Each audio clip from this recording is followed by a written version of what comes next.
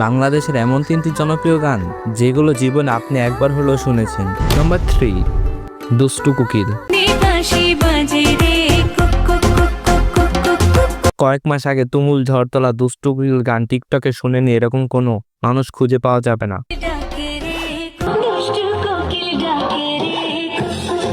Number 2, অপরাধী। ওরে মনের খাসায় যতন কইরা দিলাম তোরে, ও মাইয়া রে তুই অপরাধী রে।